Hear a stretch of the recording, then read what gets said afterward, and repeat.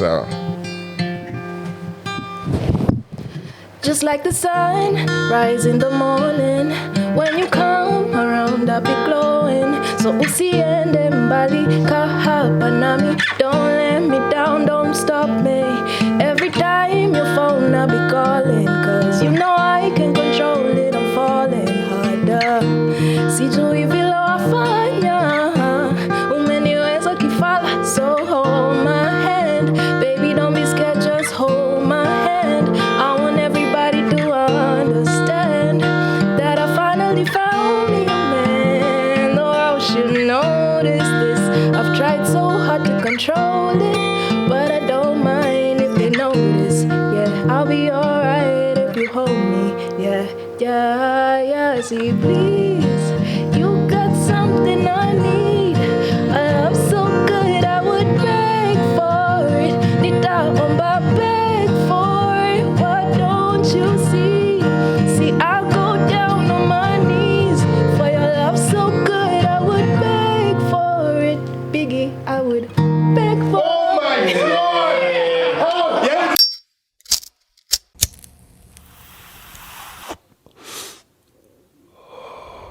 Riches flying high in them private jets. Mada kumada beat lazima kaibada. Si niulize mbona nimenyanya, si unajua niko juu ya shada.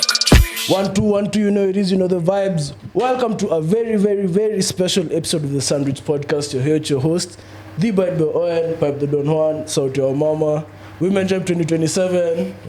The truth, the answer, the question bado inatafutwa. Yeah. I'm here with my amazing co-hosts. Yeah man, Tonyo Kibbs ama ukipenda Black Diamond. This year sijiiti ile jina mbaya.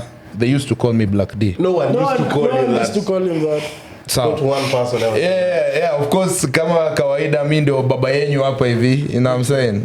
Like lazima mambo iko fiti. Mimi leo sina maneno mingi, I'm just ready to talk to our guests. Watu wa audio najua wajui bado ni oh shit imeandikwa. Nyamita, talk about it. Happy to obviously again another week. Unajua mimi look forward to Fridays. Tukishamaliza hii stuff, then we go and irrigate our throats. No. Anyway, all I'm saying is happy to be here. My name is Njamita, and yeah, we have an amazing guest with us today. Yeah. Ameongea mingi hapa before hata tuanze kurekodi. Sasa sijui anaenda kusema nini saa hii. Wale wana watch mnaona already ashaweka gitaa hapa. Ashaongea amemaliza, sasa imebaki kuimba. So ladies, gentlemen, boys and girls, we have Njerae with us. Big shout out extraordinaire. Yeah, recording artist, performing artist, singer, producer, songwriter, kila kitu. Yeah, man. How are you today? I'm good. I'm many introduced. I was like, when are they going to finish? Uko introduction yako labda unapanga umeandikiwa na manager. Na kuangana yangu ya watu wangu. Because backstory just before ataendelea na job nataka sauti. Story lazima ingefika hapa. My goodness. So I was trying to get Njerae last year yote. Mazee na try kumDM ananilenga. Please talk to my manager. Please. Ana sikuzingine ana read anawacha tu. But I understand. Hata mimi singeingia box. No. Mimi I'm a truthful man. Niko na dem. But yeah, but at least finally it may happen. Yeah. And welcome Njerae, man. Thank you. This is the Sandwich Podcast. Na si wanzo na venye our weeks have been. So we'll start with you. My week has been amazing. Very chill, you know, just working on mamziki here and there. Yeah. But yeah. Kwanza today chill, being the 16th ama 17th. You watch kwani ni agido ni nini? Dubois. You watch yangu inasema ni 16th. The 17th you've actually dropped a song. Yes. Yeah. Beg for it, man. Yes. Hey, like na ngoma zako zote mbona ni Aki Sioni, Beg for it. On the daily titles are very suggestive. Wewe zote ni warning. Zote ni warning. Wewe. That's the way you see it. That's your interpretation. We're coming to how you have put people through. First of all, for everyone who's not gotten over your ex, I'm sure you will enjoy this episode. Hii ni yako. This one is for you. For the real lovers. Madam moto you shoot shots in here. Pia wanaume. How have your weeks been? Mi wiki yangu imekuwa fiti kama kawaida. Big shout out to Homeboys Radio. Kila asubuhi mi huko hadi nimezoea sahi niko na body clock. So hata siku niko mtaani tu like hata on leave ama ni namkanga tu 5. Unaget? Ukicheza na mtu unamwambia 103.5. Wazee, so mimi ushangaa ndio anafikiria ataniamsha, anapotaka nishaamka bana, anipata niko on. By the time mtu wako anafika 1 year pia atakuwa anaanza kupeana frequencies wera. Atakuwa yapsa, but basically mimi nimekuwa wera na nimekuwa nikitry kuplan the year as well. And that's basically it. Owen, I've had an amazing week. In my first official week kutoka ni move out of home. It's been very fun. I've had a house guest amekuwa akiacha vitu zake huko. Unajelea kumark territory. Guest sio. Analeta di egg holder, bro. Who the fuck has an egg holder? What is egg holder? What's an egg holder? Egg holder. It's a thing that holds the egg. Yeah. Like one egg ama Yeah, like just tray. one egg. So what like purpose? So you just put it like, you know how you put like water in a glass and you put the thing and then you put the egg there. You have one? So that you, for what reason? So why the hell do you need one? He doesn't have one. The person who's trying to mark the territory is the one who's leaving those things. Unavunja. Yeah, Mwambie kuacha hapa. Imekuwa fun so far. Bills ni a lot, bro. Watu wakwambia give. Wewe kitu ukishi peke yako always kuna kitu ya kulipa. Umeishi 1 week na ushaanza kuteta bills, umelipa nini? January. Sijakula nyama kutoka ni hapo. Una lose weight. Bro, si kupenda kwangu. Yeah, but otherwise imekuwa poa. Mimi nimekuwa na wiki poa. First week back at work. So mimi mwaka yangu ndio nimeanza. Really, that's what you define it as. Unajua anafaa kwa job say. Ndio ameniambia. Zizi sasa ni okay, lunch break inaanza ina few. Oi. Lunch break inaanza ina beat. Unajua si watu ya nini, watu tunafanyia HE kazi. Na tunaweza excuse na tuna check in. Kwanza wametuwekea biometric and sasa kutoka unakuja unafungua mlango na fingerprint. Wamenikill manze. Also kuingia ofisi 10. Any governors afford shit kai. Gava iko na pesa mkijipanga. So but generally great week, obviously starting the year I feel energized for this year. I have other plans, and then I think I've spoken to our employees, not you, but we'll look you in. Me, his employee. We'll look you in within due course. Yeah, but great year, excited. Imeanza fiti sana. Ni pesa tu hakuna lakini iko tu sawa. Acha ikamu. So nimeambia I was telling Njerae that leo ni Friday manze, niko excited nini, ananiambia Yeah. It's a regular day. Unajua watu wa 8 to 5 I think tunakuwa excited na Friday. Yeah, kwa like Siku ni either Friday or Sunday ukiwa. But yeah. So Njerae, thank you so much first of all for being with us here. Yeah, thanks for having me. Excited. Mimi kwanza niko na swali moja. Njerae, who hurt you? Like ni nani wewe unaimbianga hii design? Like sometimes kuna mse unasema haki sioni, kuna mse unataka kuona daily, kuna mse una beg for it kama wewe una beg for it. I don't know man, but who's this man? Like nini uinspire ngoma yako hiyo design man? Love, because lazima kuwe uko kwa hiyo sector. What's going on? What's going on? Well, it's honestly a couple of different people. It's not like a story of one person, like, because you know, man. it's it's over time, you know, kind of stories. I don't write music the minute I'm feeling like away, you know, like it takes time. So maybe like a month after or like 2 months after. So be sure that the music you're listening to now have nothing to do with the people that I'm interacting with right now. So kama sahi Beg For It ni amsa 2019. Actually, Beg For It was written I think actually 2 years ago. In 2023. I started writing Beg For It in 2023. And then I never finished it. And then nikapatana na Kobe ndo tuka. It's so crazy how artists put in like time. A very long time. It's not like something you can plan, to be honest. Because, well, for me, when something is not feeling, it's not feeling. It's like the way you wake up in the morning and you put on an outfit and you're like, I work. It's kind of like the same way. Yeah, and I'm like, it's not yet there. So sometimes it can take a day. It can take 3 years. Like you can never put a stopwatch on it. So when mse unaweza kuwa kwa relationship na mse anakuangalia tu uko like god damn it, yani najua ngoma yangu inakam 2027. Kuna mtu ashai kutext kuambia niambie ukweli. Niambie ukweli yangu. Well, so do you ever like write songs from the perspective of your friends and the experience you've gone control. Yeah. So mnaona si podcasters It's not- peke yake upeana stories za watu. Pia wasanii ni vile wana feature. Yeah, it's not always about me, you know. And even when it's about me, I'm like the one person out of how many that are going through the thing, you know. And usually I feel like I want to talk about this thing because I've realized there are so many people going through it and they don't want to talk about it. So You're a genuine believer that a lot of people are experiencing toxic situations like you. yes. Real lovers. Real lovers. Would you consider your music toxic? No, I think it's just people who are labeling it that. Like, I don't try it from a toxic point of view, guys. None is toxic ever. I'm toxic. I'm Love not your toxic, guys. That's Kama that's Biggie, on if them. that guy is your biggest number one fan, He's na umeona? toxic. He's very The toxic. terrible guy. toxic. The worst guy Then I in guess studio. I'm serving my purpose because the point is to change people like him. Yeah. Hey, Biggie, wewe ni mjanja. Hey, Buddha, reverse.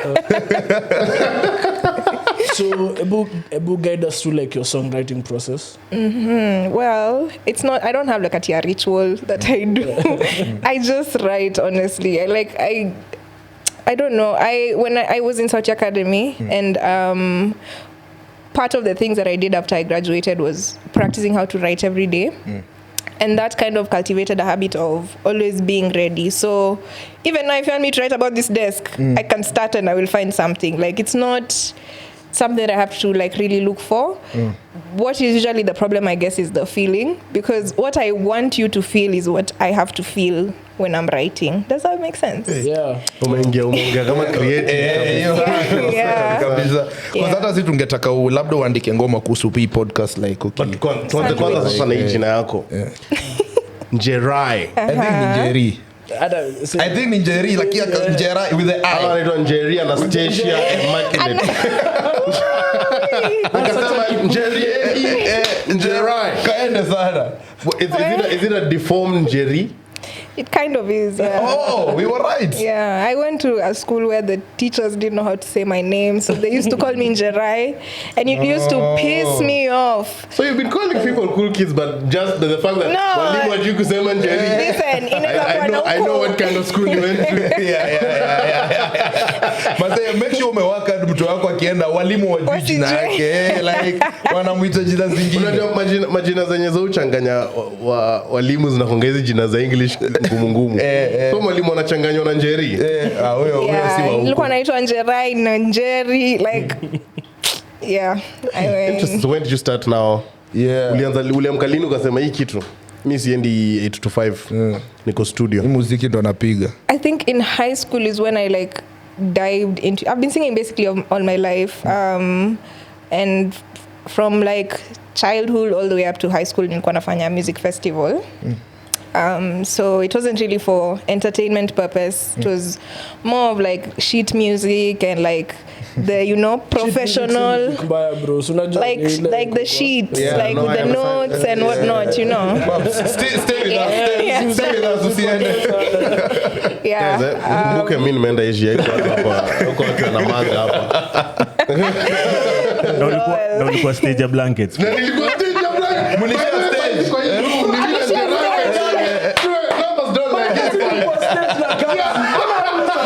tulipanda stage na Who the hell gives a shit about gaps? Blankets I hapa ni mimi na Njerae tu tumekuwa stage.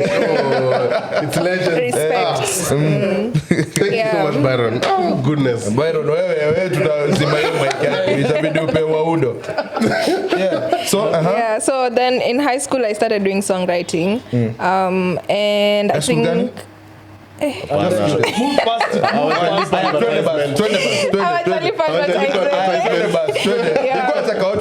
It can be you anytime. it can. I mean, it doesn't have to be the high school you're in, Nimesikia kwa shule zenye walimu wajui kusema Njeri walikuwa music festival. Nilianza kufanya songwriting. Yeah. And then I learned about Sauti Academy at the same time, so I knew after high school I'm going to join Sauti Academy. So I think it was that time of high school when I was basically learning about the good sides of music, I think, because all my life nilikuwa najua music tu ni usimame ufanye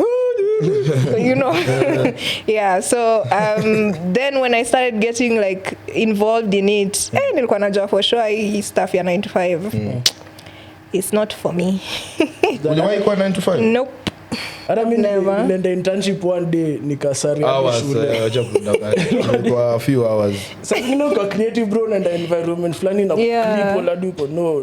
See, you can't You are a free bird. You Exactly. can't be caged. Yeah. A singing So, bird. Njerae, some of you I know why they can't catch this nigga, but I'll keep quiet. No fashemi. Tulisema tufashemi. akisema tuko na sani mob excess. Mimi nilienda kwa kwa sababu kunaishi peke yako na uko sana. Hakuna zile unajua zile unabaingi zinakuja kaa 8 sama na mavikombe. Hakuna sani mob boss. At this rate tutakula mpaka na ile sahani ya microwave. Moving past so some of your early inspirations ndio udecide unafanya music. Fee, Tori Kelly. Najua fi. Yeah, Tori Kelly. Of course, Sauti Soul. There's people like Wahoo. That was Kitambo. Me, I'm very like Kenyan, you know. Yeah. So I was focusing on the people that are doing it here and that are making it work, you know, and that are doing it in their own way. And it's not like the conventional, you know, you go take a cute pic and then, oh my gosh, you're trending, you know. Yeah. Yeah. So I was just finding people Real who, art. yeah, people who do real music, you know. Yeah. Tori Kelly. Tori Kelly. I'll tell you about one of my favorite. Not one, it's the only song I know by Tori Kelly. Na hizi ndio vitu chapatanga demo naanzanga kufunzwa. Mnajua ngoma inaitwa Dear No One. That was my song. That was my song. Hapo ndo sasa mnajua, acha nikwambie. Acha niwafunze. Unaona peke yako. Unaona vile demo anaimbanga muziki toxic. Sasa pia kuna lessons unachukua hapo. Unajua sasa ile kubamba demo, unaanza kufanya vitu ana like. Unakuwa toxic. Unaenda kwa highlights unaona alieka picha na Dear No One. Sasa unaenda kumchukua hiyo akiingia kwa gari unaisongesha kama 1 minute. Sio tumeiweka sasa hiyo. Anaingia anakuambia Ingo unaambia uongo jingo. I love this song because I couldn't start. Alafu nafanya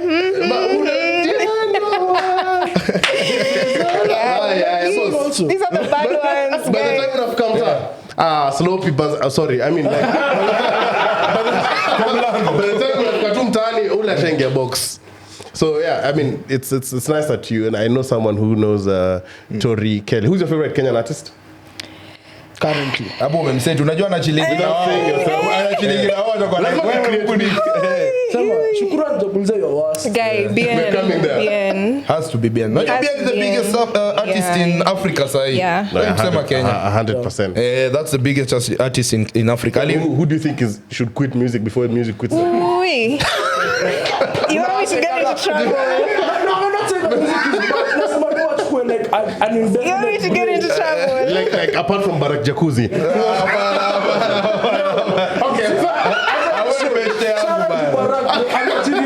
As a content creator, Yeah, man, watch his videos. They're cool. SINZ. Like better than music yake. So Yeah. Pull That's back a good a example. Yeah. Gives bliss. Yeah, so mi nakuanga na maswali mingi nataka kukuuliza, but now for today unajua mi nilikuja kudiscover Njerae like I think it was in 2020 end of 2023 ama in 2024. Like before that sikuwa nimeona ngoma nyingine. For example kama Akisioni, I think you released it like a year ago In 2022. Yeah. Na ikakuja kublow up That's in 3 years 2024. Yeah. Imagine. Yeah. Na ikablow up in 2024. So nilikuwa like cause now wasanii wengi wanakuanga wametoa their music out, alafu inakuja ina blow tu siku fulani. So like the first time ukitoa Akisioni, the first time haiku peak as much as in 2024, right? Yeah. Like nini ili happen mpaka ama one day uli wake up tu ukasikia? Honestly, even me, I don't know.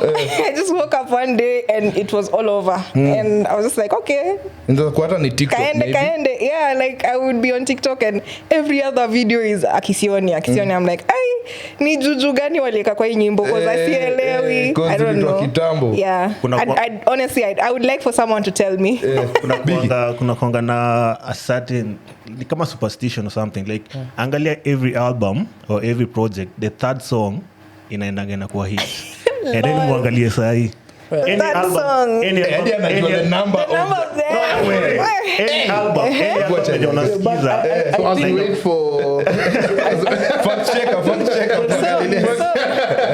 The last couple of years na feel kumekuwa na renaissance ya Kenyan R&B music in Yeah. particular. Like, so I don't know if it's you guys like having the live shows ama like kuna kitu really happened bro, like all of a sudden Charisma ana blow up like anakuwa like the biggest artist Yeah, in Kenya. yeah, Ben yeah. Soul ndo yo like ana sell out projects and shit.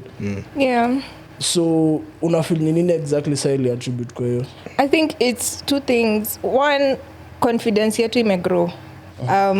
Before, I know a lot of us R&B artists were very, I don't want to say closeted, but you understand what I mean. Like, we'll just do, because even for me, I'll just sing the songs that you know, and you know, life will move on. And like, I don't know if I can release a new one. Will you like it? It's a slow, sad song, you know. yeah. But shout out to people like Bien, you know, and Sauti Sol, who've like set that pace for us and allowed us to like grow naturally in our skin as Kenyans.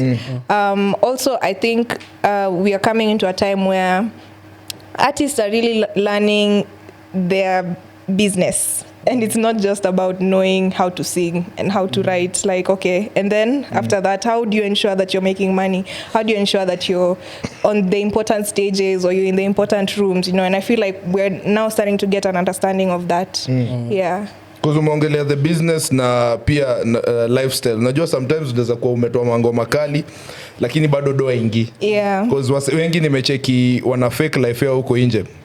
Sitaenda sana into that story. unajua sasa unaangalia mtu alafu hesabu aziada. Sitaenda. Umesema ziada. No, sasa tuingi huko. Nimesema tuingi huko. Lakini hiyo ni kali. No. Atuingi huko. Bado tupendi udaku kwa hii podcast. Si sana. No, kidogo tu ile enough. Please, tudaishi la yetu.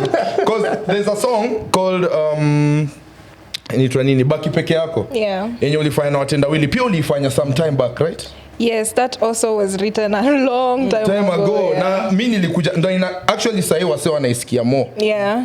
Because after wapia ukwe discovered wakaanza kuangalia your body of work and everything, na umework na Watendawili. Yes. Of all the people umework nao, ni kina nani ulifeel uko na synergy na usitaki kukuset up?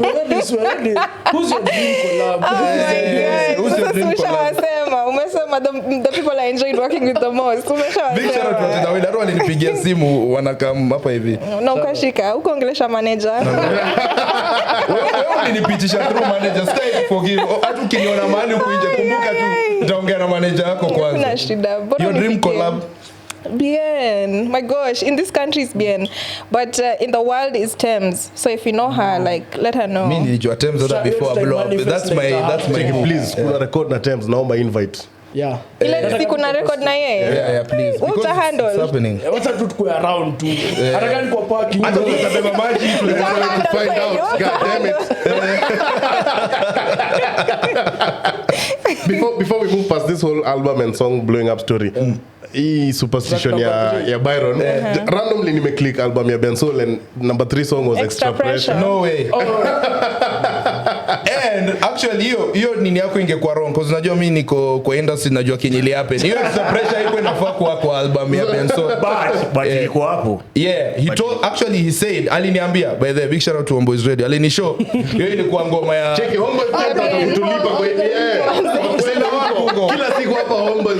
Aya, sawa. So nakushow alisema hiyo ilikuwa ngoma ya Bien na ilikuwa kwa Lusawe Topless, lakini Bien akasema hii hapa Aitoshi mboga. haitaenda international, akairusha akaitupa, so Ben Soul akaichukua. But yeah, kali. What did I want? Number 3 so again. You have your EP coming out. Yes. 4-letter word. Yes. What's the 4-letter word?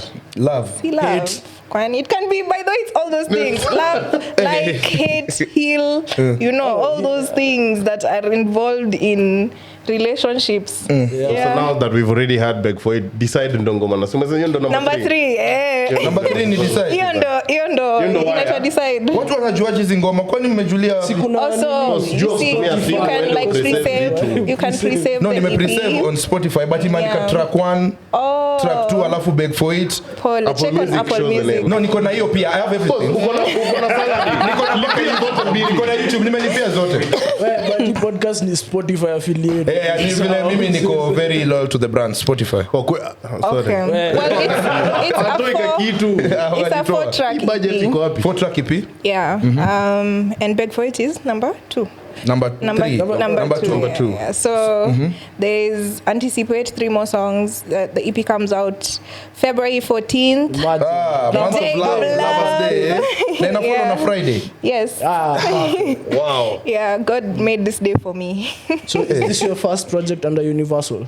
My first, yes. So how exactly did you get into contact with them? Yeah, let's talk about Universal Music. Because that's a very big For what is deal. not in the NDA. Oh yeah.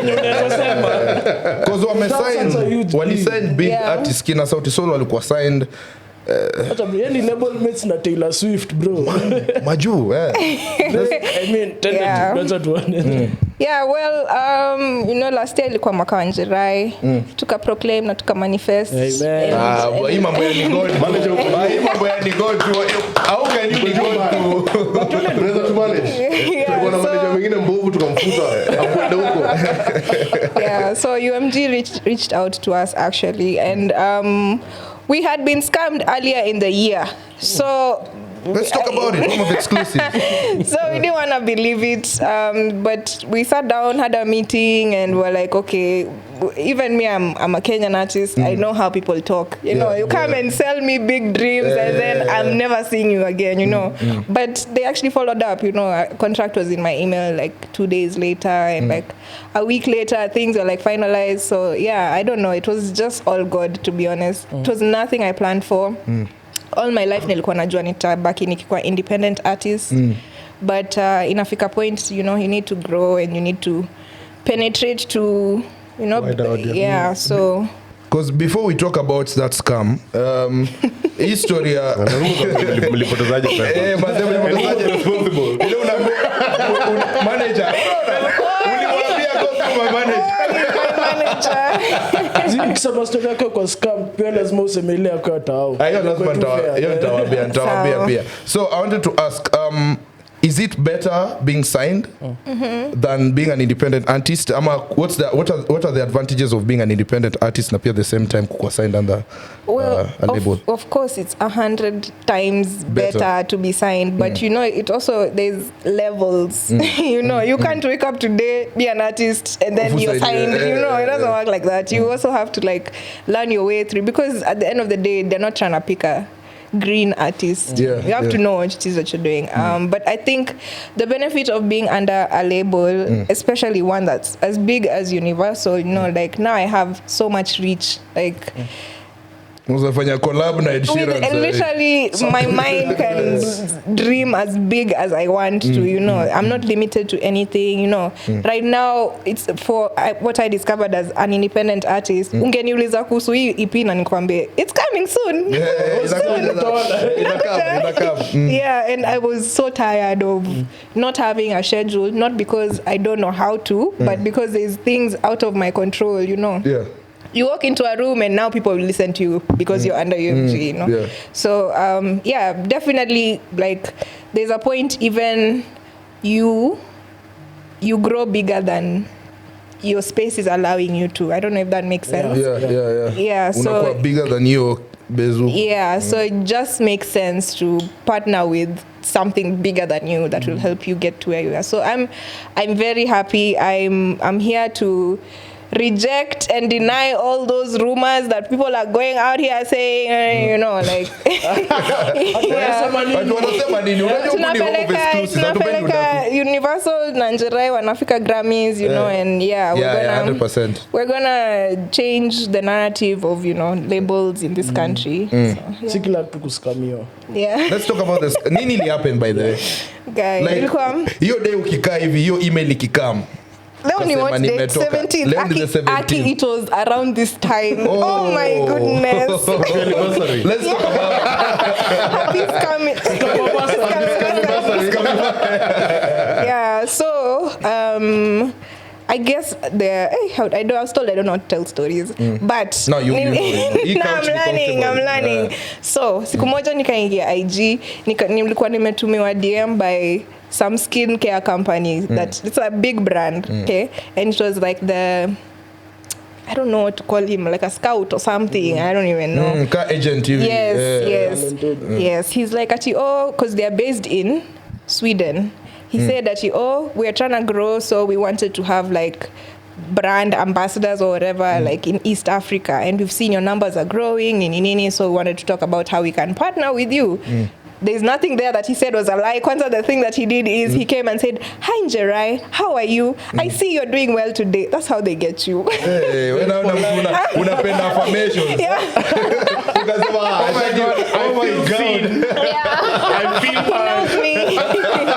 yeah. So tukaongea, tukakubaliana, nikatumiwa contract, conversation. Manager. Imagine. Of course, manager was involved. Yeah, to move conversations from like now emails to WhatsApp, like we were communicating firsthand in nini. Sasa ni kutuma ma pictures nini, so that they know what it is they're sending. Yeah. Long story short, my package gets here. The package was supposed to have the products plus equipment for me to record because we're a third world country. Yeah. So we don't have things. Yeah. So Some money. yeah. So kidogo package has arrived in the country. Now it's for me to go and collect it. Now, of course, because it's a brand deal, I'm not supposed to incur any costs, right? So at the port, wanasema ati sijui. First of all, I don't know how it was flying, and then now it was in a ship. Yeah. But these are not things that we were thinking about at the time because we were not fully exposed to these things, right? And we were so excited, like yani tumefika hata what is Vaseline iko hapa, guys, tuko Sweden. Yeah, it's a lovely wanapiga naambia wewe don't call me, I'm calling you. Yeah. Kata nakupigia. Talk to my manager. So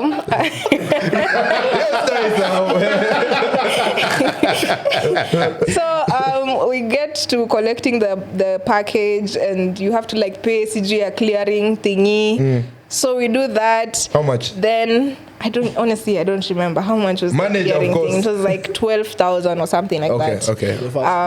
Yeah. So in the process, they're like, CG, we've checked the package, and there's money in the package. So now you're being flagged for money laundering. So for Like, okay, so we talked to our contact person. The contact person is like, we left a surprise for you. We didn't know about the SG banking and what situation in your country. So we just decided to put 2 envelopes with money, USD. It was like 1,500. Okay. So KRA comes back and says that I have to pay 16% of that to receive the full package, right? KRA. The person that we talked to. Yeah. So tukajikakamua tukalipa 16%. Sawa. By the time we were done doing this is all happening in one day. The clearing and the 16%. By the time we are done doing that, they said, now, because it was in Mombasa, the flight for bringing things to Nairobi has already left, so unfortunately now it can only leave tomorrow. Okay, so we're like, cool. I mean, kila kitu imeswatiwa, so it's fine. Wacha ilale come. Next day, it's supposed to come. Wakasema, you have to pay another clearing thingy, I don't know what. Right? Bruh. It's in Mombasa, sisi tuko Nairobi, yeah? So we find someone to go to the office in Nairobi. Okay. The building doesn't exist. No physical office. Yeah, Alton Cade, the name of the person, left the group in the middle of the night, and like in a way you couldn't even know. What? Anyway, yeah, that's how we got scammed. Wait, 16% ni like 240 USD. Amko mnalipa kwa nini ya tulipewa sijui till Ikalipa jina mtu? Lakini sasa unafikiria hizo vitu. All these red flags at that point. point. Wanakuongelesha vizuri, they make you feel like they're, you know, like your package is coming. We just need to sort these things, you know. I know you don't know, but this and this is what you need to do, you know. That is such a fucking smart scam, really. Unajua But and then the funny thing is now, like a few weeks later, I'm going through my TikTok and there's another chick who's like an influencer on TikTok. The same thing happened to her. I was like, okay, at least it wasn't just me. Yeah. na unajua actually squeeze nilisikia iPhone, actually they're being sued for that. iPhone Siri bila kusema hey Siri ama whatever inasikiza. So it's giving the clients your info. Alafu au anaanza kukurushia sasa vitu zenye unakuanga ukiongelea uko like ai niko naongelea kununua simu wameanza kukuletea iPhone Steve Kenya. Advocate si mind nikifanywa targeted ads junior vitu nataka kuona actually. As compared but wacha kushow ads. I mean sana sikizwa mimi sina info anasikia. The next thing gava itakwenda by your discussion. So uko hapo umesema sijui ni haya endeleeni tu kuongelea. Mtu andani msikie. Mambo yake hatuwezi taka. Wewe tuambie story yako ya ku get scammed gani? Ya tao. Niko na kadhaa, niko na town. Ya town niliwaambia kwa episode fulani, but kuna yenye sidhani nimewambia. Nishawaambia wasio Safaricom. So nilikuwa na kwa radio station fulani ile yenye hawana energy. So nilikuwa huko hivyo. Sasa niko pale mazi hata sikuwa radio presenter, nimechill kwa meza yangu. Hizo zilikuwa days zangu zenye niko depressed mbaya. So hata Friday si Friday boss. Friday nilikuwa sema hata nikienda mtaani naweza it's dark in my room man, like lazima niende out kidogo. Sina hata ganji so ninajishikilia hapo na Case, DJ Case big shout out. Ananipeleka pale Alchemist. Na leo mbaya naenda nazimia huko mtaani. So hiyo day nimechill, it's a Friday kama kawaida, na ngoja watu waende, si tubaki studio tukisikia music and all that. Nikapata phone call, some number tu, nikashika, wakasema hello jambo ndugu, si tunapiga kutoka Safaricom. Nikajua kwani kumeendaje? Akaniambia ati na tunaona simu yako line yako iko registered, tunaona iko registered under two numbers, your line, two names. So mimi niko like god damn it, na expect ganji, so I have to clear things up, you know what I'm saying, like labda mambo yangu kwa staki ganji ingie kwa mtu mwingine juu pia niko karibu kulipwa salo na M-Pesa. So wenyewe wanaelewa maana ilikuwa ngori, so nimetegea salo kwa bank account haiko bank account. So msee na ni dem ameongea Kiswahili sanifu, mimi nikajua hii this must be Safaricom. Unajua kwanza Kenyan keeping Kenyan, unajua. So mimi nimemwambia, kaniambia na jina lako ni Tony Kibet, namba yako ni ID ni nikasema haki ni Safaricom. Kaambia akasema haya sawa, so tunabadilisha tu simu ya nini yako kidogo, tuna make sure tumefanya kila kitu, but for now you need to turn off your phone. Alisema Kiswahili. Unaweza faa kuzima simu dakika kama 5 hivi 10, alafu kiwasha utakuwa sawa. Akasema how convenient. Juu Safaricom si kwa hapo wala ningeenda, but nikasema wacha kakata, nikazima simu. Nimeingia hadi kukula muziki, alafu nikasema wait a minute, mbona nimezima simu? Mbona nikaiwasha buda kuwasha hata sina pin yangu. Okay, wamekuswap line. Wameswap line boss. Sasa ile nimeangalia hivi, tense, niko like fuck M-Pesa yangu nini. Unajua buda, by the time nilikuwa natoka hapo nataka kuenda Safaricom, simu ikawaka, naangalia buda wame do yangu yote mpaka wakaniingiza fuliza, wakaniingiza KCB M-Pesa, lakini uzuri una limit high. Limit kienda sana no, 1500 ile KCB M-Pesa inakuanga 3500 in the list if I'm not wrong, something like that. Boss mimi hata sina do, wamesafisha hadi wakachukua kwa jahazi credo, wakajitumia credo, yani waliniosha boss. Niliangalia hivi tu by the time niko hapo down, nilitembea kutoka hapo hadi Safaricom, sijui kama unajua hiyo distance. Nilitembea hadi Sarit kutoka huku juu karibu hii petrol station ni Total.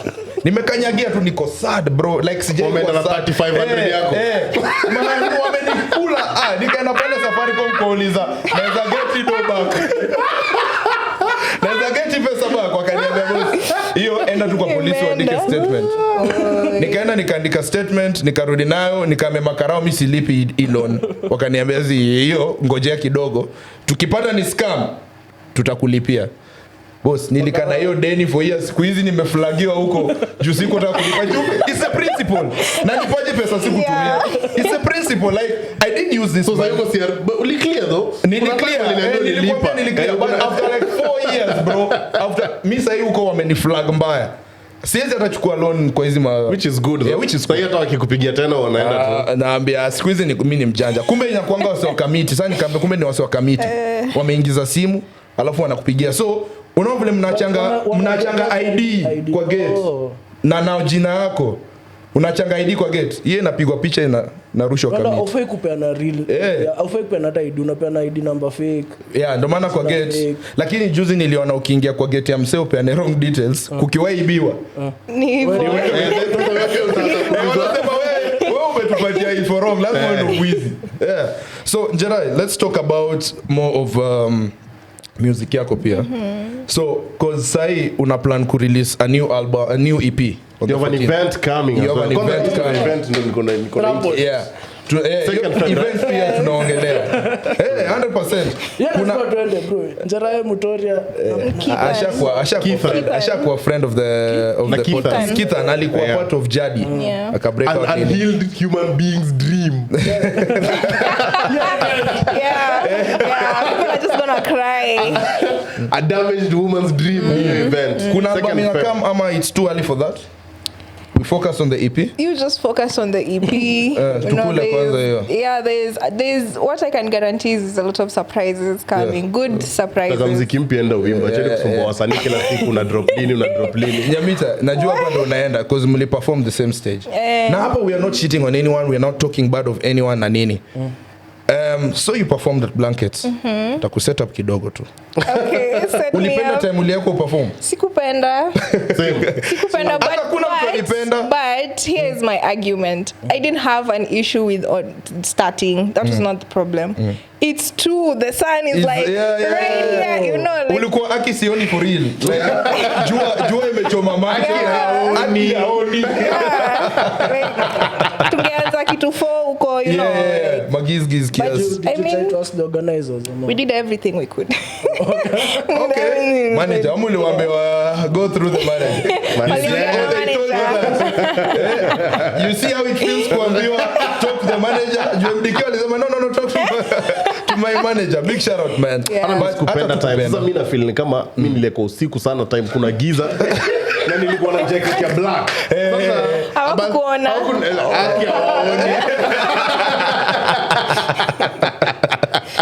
But this year we will also be back at Blankets.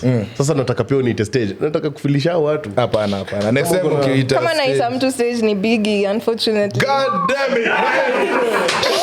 I hate you so much, bro. I genuinely hate you. Man. Shit, man. I'm sorry, guys. I'm sorry. Anyway, speaking of event, you guys have the event on the second. Ushaona hizi events zenye msanii ana awaro madem wanapatia msee hivi mic anaimba word for word. Wewe ni big, utasema mic hivi kwa audience. Uimbe yote. I used to like hiyo ni ufala hiyo. So what was I saying? Yeah, 2nd February. Where is the event again? Alchemist. Yeah. So make sure you buy your tickets. Yeah, they're only 1,500 shillings. Yeah. Watu walikula moto hiyo story ya Thrapple. Because they were saying, I saw that. Did you see the discussion on the argument on the Thrapple You know tickets? there's a Thrapple ticket? Oh. Yeah. So what's the problem with that? So now the problem was, guys were saying, if one ticket is 1,500 and the Thrapple ticket is 4,500, usually it's not just group tickets. Yeah, cheaper. 500. Guys are saying, what's the point of the Thrapple ticket if it's the same price? But you need discussion. Third wheel. But you don't know what you're gonna get with, you know, that package. Yeah. Anyway, me, like I've always said, I have no problem with the pricing of events in this country. Do you think there's any problem with the pricing of events in the country? Not for local events. Acha kuiword vibaya. No, we are shida na Kenyan events na Kenyan artists. Yes. Okay, Ulete Jamaica tiko yake ukiweka 6K lazima perform wiki yote. Umona pricing ya show ya Burna Boy. Ilikuwa 4,000 ya kwanza. No. They are done. Saini 8K. Saini, okay, but wewe utanunua ticket ya 8K. Exactly. So usiongelele hiyo ingine. Do you think that at the events, they should be made cheaper for more people to afford, ama it's willing buyer, willing seller? I think there is that, yes. But at the same You time, want to like be- allow people to to enjoy experience, surely. Like, Nyamita. sasa there's artists who've come here and there's people who've lived in this country their entire life. Hawajawai on any international Life artist. is Not that because way. they don't want, because they just can't, you know. And Ndio maana nimekutambua bro. Like yeah. And you know what, guys, I will still stand by what I said. No. Life is like that. You don't get to experience everything. Nyamita, sikia kwanza Unfortunately, enda uone msanii wewe. Let me finish, guys. Nimependa kuninterrupt sana. Leo you will not silence me again. So this is what I'm trying to say. If then you can afford 1,500 to see these three guys, by all means, have your way. If you then cannot afford 8,000 to see Burna Boy, don't come to the gate and try and start causing a see, that's stampede. different from what you're saying. This is what you're these guys talking want. No, about standing these at the gate. These guys were trying this thing last week and they're saying that it should be cheaper because if tickets are not cheaper, people will then come and occupy and push gates. Because that's the culture we have right now. Which is wrong. But that culture has come up because Sit your booty home if they you cannot afford just it. keep ongezeng and the ticket price is not just, you won't just go and buy a ticket. You have to eat, you know. Kama Eat at home. unakunywa lazima ukunywe. You're going to eat at home and then you're out for 17 hours. How Then does that so make be it. sense? Guys, unfortunately, life iko hivyo. Kila mtu ameshinda. Let me talk Live to you within what you guys. can afford. to have discussion Talk yetu. to you Live within what you can afford. Kama wezi afford food, usibishi.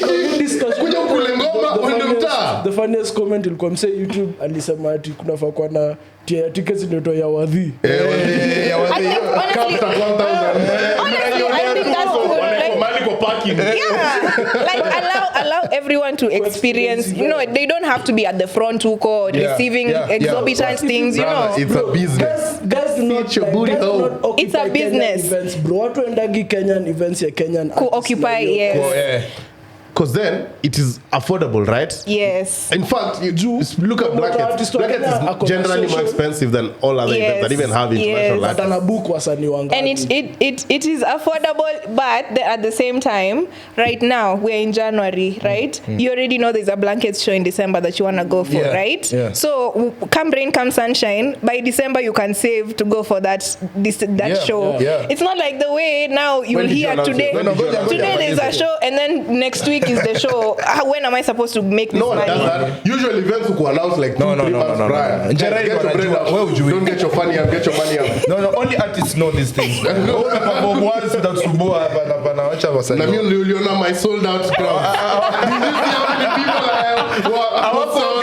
Did you see how many people were screaming for me? Hadi manzi yangu akajam. Wanawake tu wanapiga hapa nduru hapa kila saa. I think state of the country iko ukioverprice ticket hivyo as Kutoka much as mtaa. watu wanafaa kuwa na personal responsibility.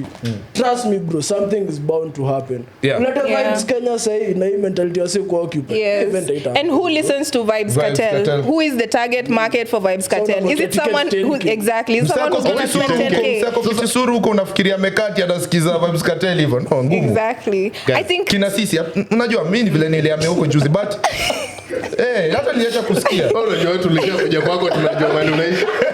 Anyone, if you live in Kitusuru, let us know in the comments. Kama if ukienda. you've seen him before. We went to Kib's house and let us know if you live in Kitusuru. Kama ukiendanga home unapitanga shamba ya wheat and sorghum and millet. Vitu ziko kwa kitabu ya Kitusuru. Achana nayo. All I'm saying is bro, na feel tu kwetu na focus on Kenyan events, Kenyan artists. For Kenyans, is it for Kenyans? Who is it for? Yes, then I'm a big supporter of Kenyan events because generally they're very affordable and it's a great experience. But also, if then you want to go listen to Shensia and they're charging you 6K for a 2-day event among other Kenyan artists, if you can't afford, please stay home. It's not that guys, events is basic need, and that's what Byron was telling you guys last week. Itabieni wa justify watu watiko occupy. Why they could have done Yes. that. Justify in-house sasa. No. Sisi tunaongea na Njerae. Sisi tuongea na wewe. Leo tuongee na wewe leo. Kuna msanii alisema bring some feminine energy in the group. Juu tunaongea sana. Last week watu walijua hiyo topic ilikuwa very It was very heated up. I'm happy you guys supported me and I know you support me again. I think the Solfest model was like really nice, you know, like they have the same performance, but you have two different shows where the VIP one, they have different thingies, but they still don't lack on the same performance, you know, like if if you're bringing Chris Brown to come and sing in this country and you're charging a ticket 100k, then take him to Tanzania. You know, kama let uwezi us find a way fly. kumake do yako na kutumekia affordable, usimlete. It makes Kwani no unatukasia sense. tena sasa vile tufanya biashara kwa nchi. Bwana umse. Actually, wacha tutoke huko cause kuna kitu nilikuwa nataka kuuliza Njerae, since umeongelea Sauti Sol. We've seen boy bands and recently kuna Kodong Clan artists wanakuja wanashikana pamoja. Mbona sijaona madem, like sijaona maybe Njerae zenye Manase mtulete R&B mcurate kitu. What's going on? Like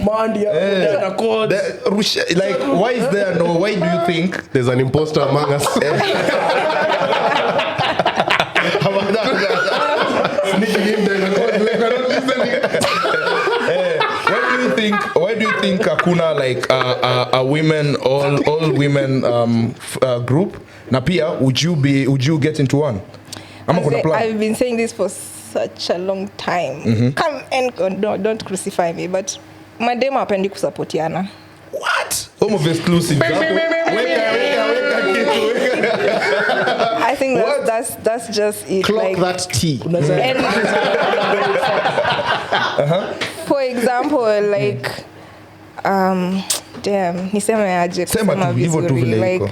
hata ukiona groups where there's one female artist, right, and they're doing a collaborative thing with male artists, right, and that person has the opportunity to bring on board other people. Yeah. Ataleta mwanaume. Sijui madem hapendi competition and like I don't know. I don't know. I honestly don't know how to explain it. I've been trying to like find a squad of girlies who like can support each other and build each other, but inafikanga point where like it's now competition. I don't know if you understand. I don't want you to look better than me, so I'll give you a different makeup artist. Like you won't have the same stylist because we can't be wearing, you know, things that are similar, you know. But it's so different for guys, you know. Like guys find pride in umse by the way nilimhook up na, you know, it's not the same for women. Ndio clan walienda shoot watu wamevaa vest.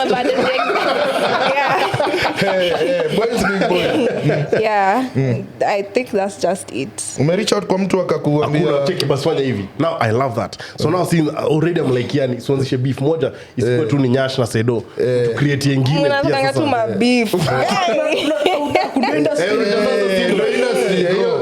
hiyo ni yetu. Our content. Tukuje tuseme mimi napenda Njerae, huyo aseme hapana. ni zenye Manase. Basi hivyo. I mean, it's just from like studio sessions, you know. I won't name artists, but there's female artists that have been trying to panga studio sessions with, and already from the get-go you make it so difficult. Sijui, it's time and issues, like it's already a problem, you know, like. And Unajua tukiname tutabip. Haina. hapana. Big is our edit, is our producer. Go on. But yeah, I've walked into many rooms and I've been told me I'm easy. I don't know what that means, but Easy to yeah, work. No, you're just not. easy Mimi to work kauli ni ya with. manager. Hakuna easy, hakuna Lakini easy. mnaweza disiana na R&B, hebu weka disc, hebu kwanza chukua guitar. Lakini weekend alidis Drake na falsetto. But Mnaweza yeah, I disiana na think Akisioni. it's just unhealthy competition in the female world. You know, you guys have said it, and actually I don't think I've seen like an all female. Yeah, anything. Kenyan. Yeah. Because ya kina Beyonce bado ili Wait, kuna any female rappers wa Kenya wamecollab? King Kaka ndo alifanyanga ile na kina Wangeshi. kuna nini Na sunaona kutolifanya Sage. kuna groups sijui kani sisters Ginger, wale wa no kitambo, bro. we are We are Nubia. wako it's like sijui kani They are sisters two, but no, they they are are two not sisters. But you're the sisters. They're You're not sisters. They're not sisters. wewe unajifanyanga unajua mambo. Our sisters. Oh, we are Nubia. Yeah. Acha tuwasikize. Okay, but I feel like kunafaa kuwa na artists wenye wako on different ends, like unapata kama Njerae na dem mwingine huku like anafanya kazi yake na mwingine inafaa kuwa si wase mabeshte sana man. So kwa male artist utapata like trio mio akicollab na Sikati ndio like unajua kuna kwa na hizo Yeah. rapper and a singer. Yeah, exactly. Mbona usitoe ngoma na Diana Codes. Wewe usi nini? Miss Jamit ako wapi ni meet? Niko na namba hata naweza mcall sasa. No. That would be an amazing song. Ka ile time. Njerae wewe ni star, check it.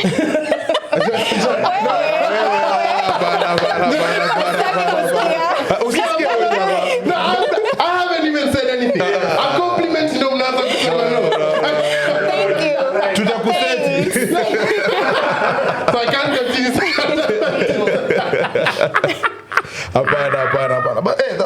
But hiyo ni crazy sana. Unajua mimi nimeifikiria tu top of my mind, sijaiona a female group yenye imefanya kitu. Umeacha na dem akiita dem mwingine stage, artist anaita dem stage. By the way, Like and I've never understood Charisma why. anaitanga kila msee, man.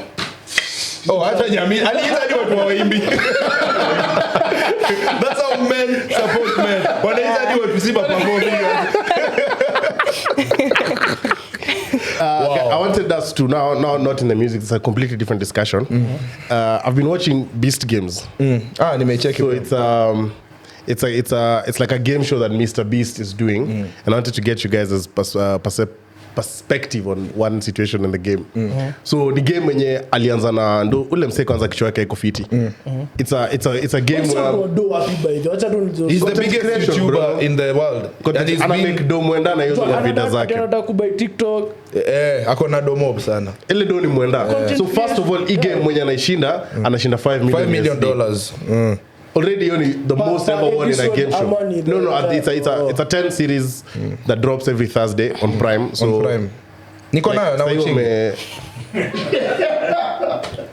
Mnaniambia mambo ya kulipa Apple Music, niko na mpaka Prime. So we're on episode 6 now. So but through the different games kuna like offers that are floated around as bribes for the players. So it started with 2,000 people that he did an episode on YouTube. Then now he moved to 1,000 guys. So watu wameenda tolewa. He spent like $15 million USD building a city for this game to be based in and everything. So in one of the games, guys were grouped into groups of, I don't know, about 100 guys each. So 5 groups, about 5 groups of 100 guys. Then all of you guys need to pick a leader. So you all choose a leader who is you guys think is very Hawajawambia hata nini anadu. Mwambie tu mchague leader mwenye mna trust. So mna choose nini, then the leaders obviously now they are called to the front. They're told, okay, so now the game is we're going to offer you a bribe. Starting from $1 going up, that has a cap. And if you at any point as the money counter goes up, you feel like that's enough for you, you can take the money, remain in the game to compete for the $5 million USD. But then the rest of everyone in your team gets eliminated. Goes home. Okay. Ni cheki hiyo. Or you can choose to refuse the bribe, and then everyone in your team plus you proceeds. You all continue. The highest bribe offered. So the money counter goes up, starts at $1. It's started at, obviously it's going like about $1,000 per second. Panda 10,000, 20,000, 30,000. Ikafika mpaka 100,000 USD. Imefika 200,000 USD. Akasema the money counter is gonna go faster. So in the 2,000 USD per second. 3,000, 300,000, 400,000, got to $1 million USD. $1 million. Ikabaki up. So do I know these people? If I'm the leader, do I know them? No, but umeka now mmebond because they sleep there. So mmebond. Say from like when you guys were 2,000, but we're all here for one. Thank you. I like your thinking. So it gets to $1 million. These guys are told this is now the cap. So if you take this $1 million, I wire it to you like right now. Then you get back in the game and still compete for the 5 mic. But so the leaders, there was this guy who's like an old guy, bro. Like was saying nini. Do you know all 5 guys refused the $1 million USD? Yeah. Imagine. The old guy took it. No one took the money. So what did you guys do? Contestants ni wangapi total? 100. At this point you're like 400 left. Wako kapaj. 1 in 400 kushinda 2 million na unakuwa. Kushinda 5 mic. Na uko na hey bro, take the money. What? Fuck these other people, bro. Understand? You can get the 1 million and the 5 million. Unaweza toka hapo na milioni 6. Guys. Niko na guaranteed. Yeah, I think hiyo swali sidhani kuna Mkenya ange. I don't think. Sidhani kuna Mkenya ange. Hapo ni uliza mwingine. Wazungu na watu wajinga sana except watu wa UMG. But wazungu generally Big shout out. Wazungu na watu wajinga. Bro, ati sasa kids ameniambia kwa Beast Games alafu Andrew ananiambia bro, usikie walinichagua leader kwa challenge ya 1 mic. Na nikakataa. So niko excited. Wacha suit kilometer. Ananiambia zi bro. Nilikataa. Before I told kusema mark the shit out your face, man. Na unatokanga actually unaweza toka the next step. So heri uchukue ile. Na uende home.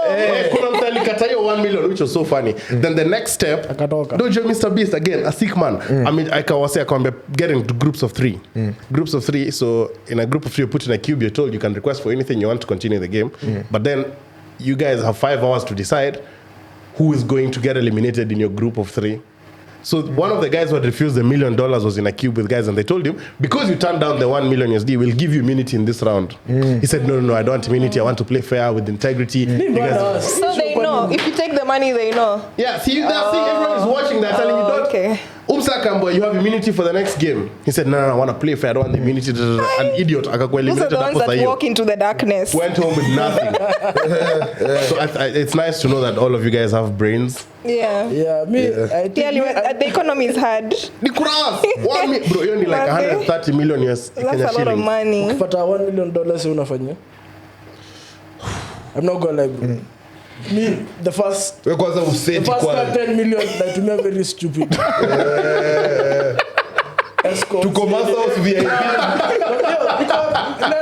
Let bus. Sasa hata kwa nasema history ya tickets hata shift tu. Bro, kwanza naweza just to piss you guys off. Napanga kwanza concert ya Chris Breezy. Kila mzee ni ananiambia solo. Unaweka bei ya tutafika. Iko Kijuru Gardens, Iko Social mtaa. House rooftop. Entry to 50K. Mnakaa hapo tu kwanza mbia, alafu na mkanja, alafu natulia. Nikaa hivi kidogo nini, naingia Ibiza na nunua Red Bull 3 million imeisha. Uko mambo na audience. Alafu niliwaambianga, obviously my mom has been with me my whole life. Lazima nimspoil. Oh, lazima umspoil. 15K. Shika hiyo. Hakuna ya kutoa. Hata nimelipia chama ka 3 months. Wasiwapota uta. Tunusi unajua unatubamba na mzinga. Sisi hata si mambo mengi. Tununulie tu. Nzuri sasa masango hapo unaonyesha mazana. Alafu sana na travel abroad. Nazurura narudi nikisota ni. Wewe utamaliza pesa yako ukitravel. Mimi sina. Enda utumie TZ kwa Malta. Hiyo ile pesa unatumia, ile pesa unatumia ngani nini? Ya hata sikuwa nikuwe nayo anyway. Ujafanya kazi. Sikuwa nikuwe nayo anyway. How do you manage your, like, in fact, great conversation that has now come up. Weka msanii, kuna time manze do inaanza kukuja, obviously like signing bonus ya Universal. unashika hivi ka kitu unafungua hivi account, unafunga alafu kama sasa hivi unaweza pata sasa ingine nishiko hapa na watu M-Pesa inaingia alafu naangalia alafu naangalia mafala wa ile pesa niko nayo. Sasa ndio kiburi inapanda, unaanza kuona ugali na onja sponge. Unataka na Haina Hata maji ya nyumbani na bo. So how do you then get your financial discipline, and how have you managed to money wise? Hata ungemuuliza hiyo mita angefanyia nini? Jawasi walikataa recording, kwanza una concert yao unanunua tickets na unakaa nazo, hakuna msaende hizo events. Unanunua tickets zote na shaka kama we've sold out. Msana linga. The event was all Yeah, so how do you manage that? Well, me I earn a salary, a monthly salary. I don't earn like A team may come to spoil. partying. Yeah, so I think that helps. You know, despite whether there is how much in the account, my money is constant. That's disgusting. Manager, big up, man. Yeah, that's why I had to talk to the manager, man. Kuna I think mkianza niambia, so hautakuwa unashika doyo. I mean, unajua, see, of course it comes over time. Like you first unapata ka 10K, unafurahi because umezoea kupata katao, you know, like the discipline comes over, because even you have to pick a point where you're earning enough for people to earn a salary. I don't know if that makes sense. So of course I had my moments of stupid purchases, you know. There's things I've bought and I've never used. What's the dumbest thing you ever bought? The dumbest thing I've ever bought. What is the dumbest thing? I've bought a lot of dumb things, guys. The legal one. The dumbest thing I've ever bought. Apart from dogs. Biggie knows my whole life. He knows my whole life. Tuesikia Njerae ameabductiwa, itakuwa ujamaa. You know too much about her, man. George amenunua madogi. I Get it? I think just things to do with like lashes and eyebrows. Yeah, that I've never used. You know, like I think you hold here and you shape your eyebrows. That I've never used. Or yeah, That's great financial I discipline. guess that's the kuna stupidest wengine thing. hapa. Dumbest purchase ushai make ni. Unaweza sema? I'm trying to think. Maybe I don't know. I think my purchases mostly are not. Sherehe. I'm not Are dumb. not for. No, he makes a lot of dumb purchases. The illegals. No, nothing illegal. I don't involve myself in that. Zangu ni illegal. Wewe ni kama umenunua a lot of dumb things. Yeah, mob. Umebuy nini dumb? Hata siwezi list nianze wapi. Mi wacha nitawaambia yangu moja. Mnakumbuka ile bulb yangu lakini nayo ilikuwa deadly. Kuna bulb fulani nilibuy. Ni speaker ina change lights. Boss, lakini ile room ilikuwa kwanza ilikuwa kwa mzazi bado. Ile room ilikuwa ukiingia hivi uko disco. Iko huko juu. Iko huko juu. Na ni speaker. Na ni speaker na naweza weka ikwe green, ikwe red, Inakuwa ile silhouette. Pia rusha. Pia ni alinunua. Is it dumb really? But what do you do with it? It's not just No, it's one, just you bought like six. unajua nika cuddle buddy. Sawa, shika ukado. Nika Do cuddle you know how buddy. disciplined you have to be to buy a bulb like that in your parents' house? With a speaker. Vile ilikaa unajua karibu nifanye hata unboxing. Ilikaa bana nilikuwa so happy. Sijaelewa. I thought hata in fact nikiona recommendations zake na nione description sikuwa naamini kuna kitu kai. Niko like what? Hii imechange life yangu bro. Nilikuwa na kamka but nilibuy juu unajua of course wase kula sandwich. So sandwich is No, we'll tell you. So We'll something tell you like, after. you know, bread, cheese. Okay. Okay. ni Okay. madrugs kadhaa.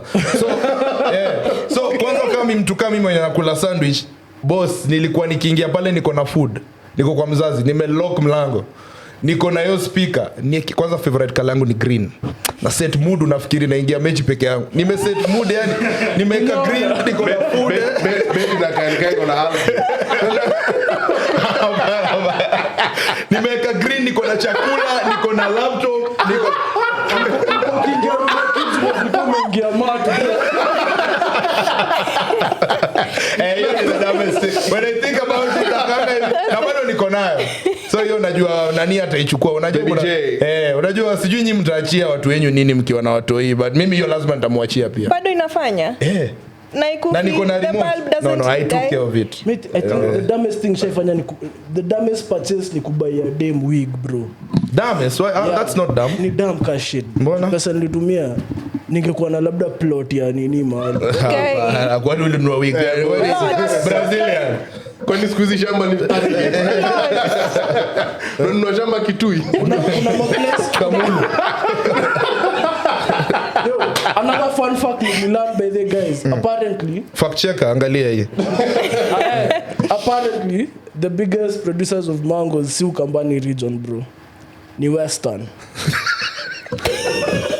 Walai bro, umse tudanganye kwa hiyo. Unasikia maembe imetoka Kakamega. Bro, apparently Unaweza kula membe ya Busia. No way, man. Niko na kunia mbili. Tumefika saa hii. apparently ni siri yao, bro. Wanaongea stuff kwa hizi coach. Uliza mse moja. Fact checker ameongea coming from Busia as well. Ametudanganya.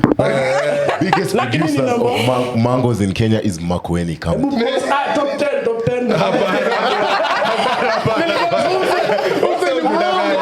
Big shout out to also fact checker. Angalia top 10 regions and there's na produce my. Hapana, Because hapana. kuna mali kwa Luya hapo.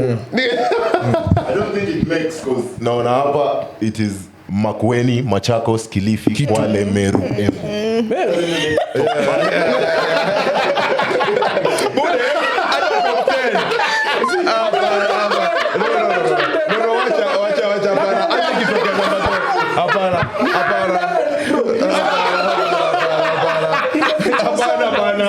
Vichwa sana hadi iko kwa hizi.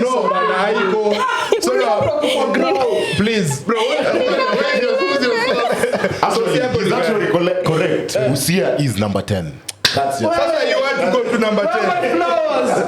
There's no flowers. Only says I'm mentioning now Kamba. Yeah, he said the first one, not just. There's nowhere Aluya can sell me 2 gunias of maembe. Apparently maembe Niuzie coconut. kwa tamu bro. Hizo ndo gold. Bana we. So as we wrap up actually the show, nilikuwa nataka kuuliza in terms of production because you produced some of your music before. You're a producer. Akisioni when you co-producer. So like so would you advocate first of all for all artists to learn production?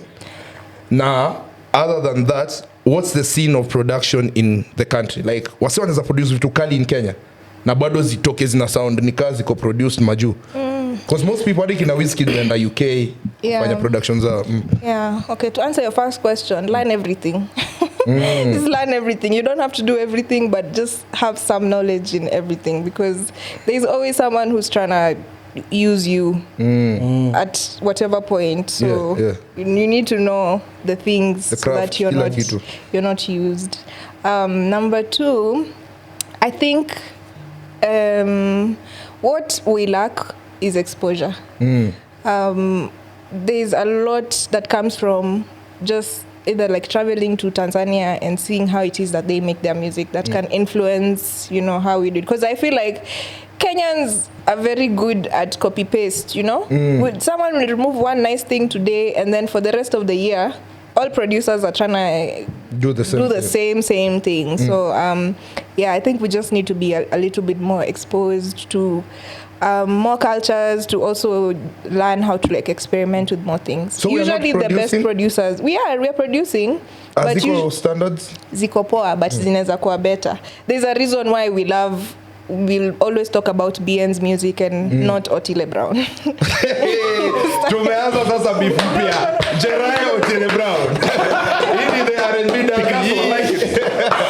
ni mse wako. Wewe si umetambua Otile Brown hivyo. OTX ni mzee lakini sasa change to the game. We need beef. Guys, stop the beef. You're gonna make point. Lakini kwa OTX manze yako unheard of. So kuna stuff mtaka ku bring up sijui ka time itawallow. Itaendelea tu. Mmekuwa mkinotice venye the Afro house scene in Kenya, the own scene imekuwa ikigrow. So apparently like the Kenyan scene is so big like inaleta artists kutoka SA like other countries come kuperform huku. But so the Kenyan crowd ina feel like party enough credit ya kuboost our artists. That the Kenyan producers wana complain some music yao hai penetrate kama za wasanii. Can I speak first? I think that's a very childish argument for Kenyan people. How, bro? Because let me tell you, what credits do Kenyan people want for promoting as artists? What credits? Sasa ese waende waimbe Nairobi ama nini? I mean, what credit do you think? Probably wanaitaka more in terms of collabs na wasanii ama shit kayo. First of all, they're not even I don't see any credits or why Kenyan producers would be complaining about people having a taste in SA music. Then I think even from I don't think wana complain kuna taste in SA music. I think wana complain that probably like I think actually niyo kitu nasema. I think from even an organizer's point of view, it's quite affordable to bring an artist from SA. Jo SA sasa ni hapa chini, anakuja asubuhi ana perform na kuna visa. Kwanza unajua vipi? Anaenda mtaa like kuja na ndege asubuhi akimaliza show kwa next flight out.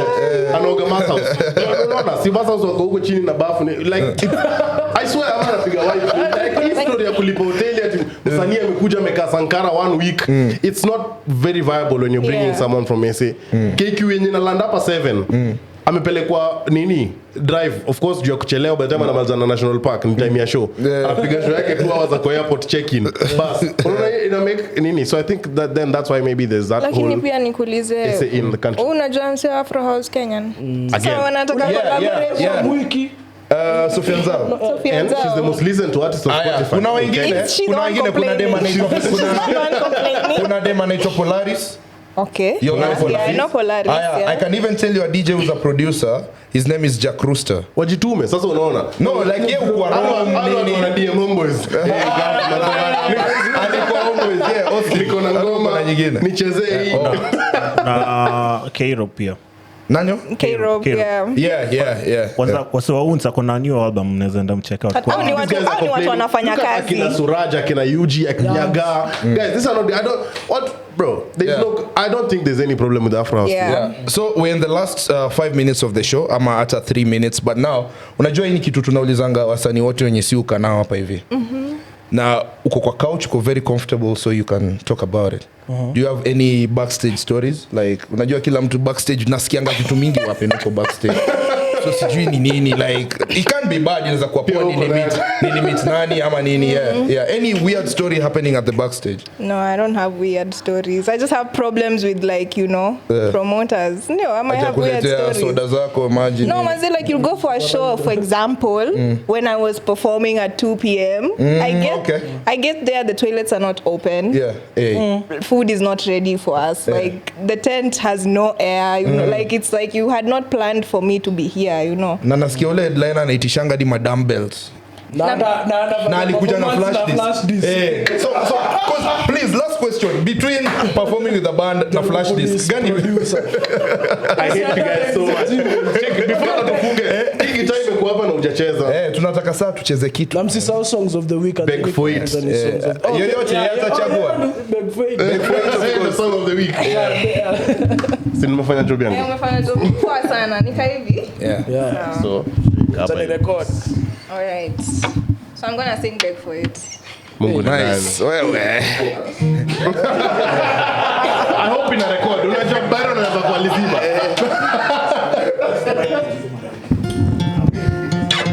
So. Just like the sun, rise in the morning. When you come around, I'll be glowing. So usiende mbali, kaa hapa nami. Don't let me down, don't stop me. Every time you phone, I'll be calling. Cause you know I can control it, I'm falling harder. Sijui vile wafanya, umeniweza kifala. So hold my hand, baby don't be scared, just hold my hand. I want everybody to understand that I finally found me a man. Though I should notice this, I've tried so hard to control it, but I don't mind if they notice. Yeah, I'll be alright if you hold me. Yeah. See, please, you got something I need. A love so good I would beg for it. Nitaomba beg for it. What don't you see? See, I'll go down on my knees for your love so good I would beg for it. Biggie, I would beg for it. Oh my God! Yaani tumekana wewe na unaweza fanya what the hell? What? Unaongea tu majamaa mnajua nini alafu what? Thank you so much guys, that has been the Sandwich Podcast. What the hell? Umekilu boy. That's what I'm talking about, man. Yeah, that's what I'm talking about, man. Like, hii show tufunge, man. Home of exclusives. First, oh my goodness. Mse, as in hii sauti yako ni si hata ati ile mavitu wanafanyanga fanya. Wewe ni mzee. Asante. Beg for It lazima ingie kwa playlist. Wewe ni Yeah. mzee, bro. Thank you. Yeah, let's just wrap up now. Songs of the week tufunge. Songs of the week tumesema ni Beg for It. End of the week.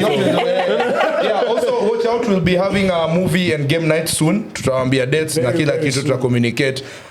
Something is cooking, so stick around for that. Nyamito unaweza funga. Please remember to, first of all, if you've watched mpaka hapa, wewe ni mzee mbaya. If you've, I mean, hii ushaona kwa podcast gani ingia. Oh, sorry. Hii mwaka mmeleta kamera mingi kwenye studio. Na ile yako, camera 7. First of all, if you've watched until here, thank you so much for always supporting us. This you'll never see on any other podcast, I can assure you that. No, so enda kufanya hivi kwa podcast ingine utakuwa kill credibility yangu. So please remember to subscribe first of all, like this video, comment, let us know what you think. Follow us on Instagram at The Sandwich Podcast, Twitter at The Sandwich Pod 1, TikTok and YouTube is Sandwich Podcast KE. May God bless each and every one of you. Njerae, thank you so much for gracing us with your time. We've eaten a bit into your time, but Sijali. February 14th. February 14th, she drops the four-letter word. Go pre-save it.